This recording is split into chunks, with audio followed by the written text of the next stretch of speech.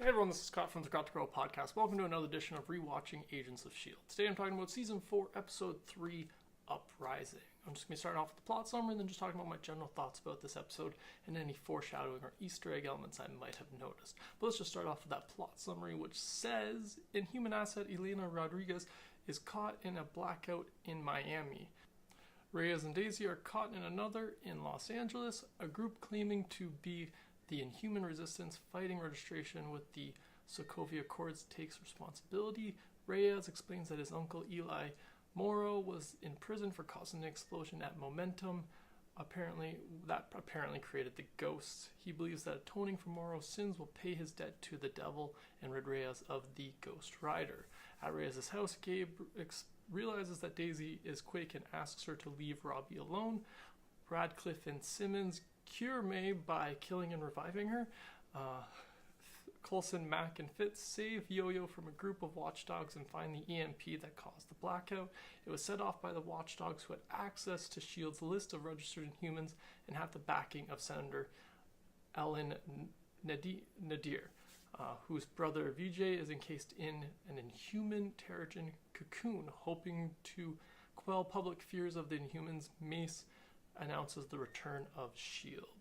So yeah, this episode was the return of S.H.I.E.L.D. to the spotlight after a pretty, big nationwide event being these two blackouts in two major cities in the U.S. caused by this apparent Inhuman resistance, but we all know it was the Watchdogs, and even at the end he says it was the Watchdogs, but then there's this Senator Nadir, who's, trying to oppose the ideas even though she knows better. She's the one behind it. But yeah, I really enjoyed this episode. There was a little bit of slow points here and there, but there was a few things I really liked. The fact that they have the Watchdogs escalating in this season, or at least at the beginning of this season, I like that kind of take that they have to that they go with in the show. It seems a little bit more realistic for a TV show, so I really like that storyline in this season in particular, that I'm going up against this kind of terrorist group that's against Inhumans and them having to protect Inhumans and protect the general public against these people who are against Inhumans for thinking that all Inhumans are,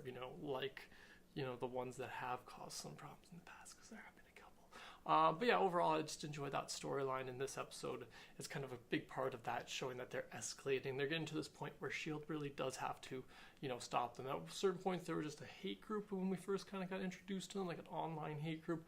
But as we've seen, they've kind of escalated up to this point, blacking out two cities and trying to frame frame Inhumans for this terror that the Watchdogs are causing. So I just really enjoyed that aspect to this episode and how it kind of ties into that plot through the season.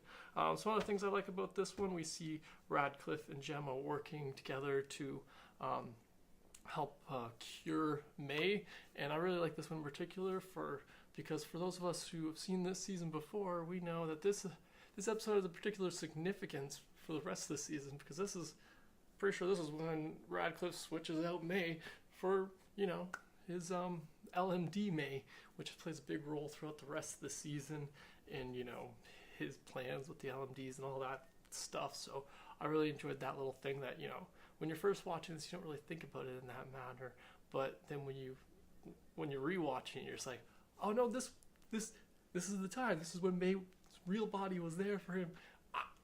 It makes sense, unless I've got my timing off and it's in the next couple episodes, but I'm pretty sure this is the one. But anyways, I still like that kind of connection that they had there. But anyways, what else do we have? I see Ghost Rider and Quake.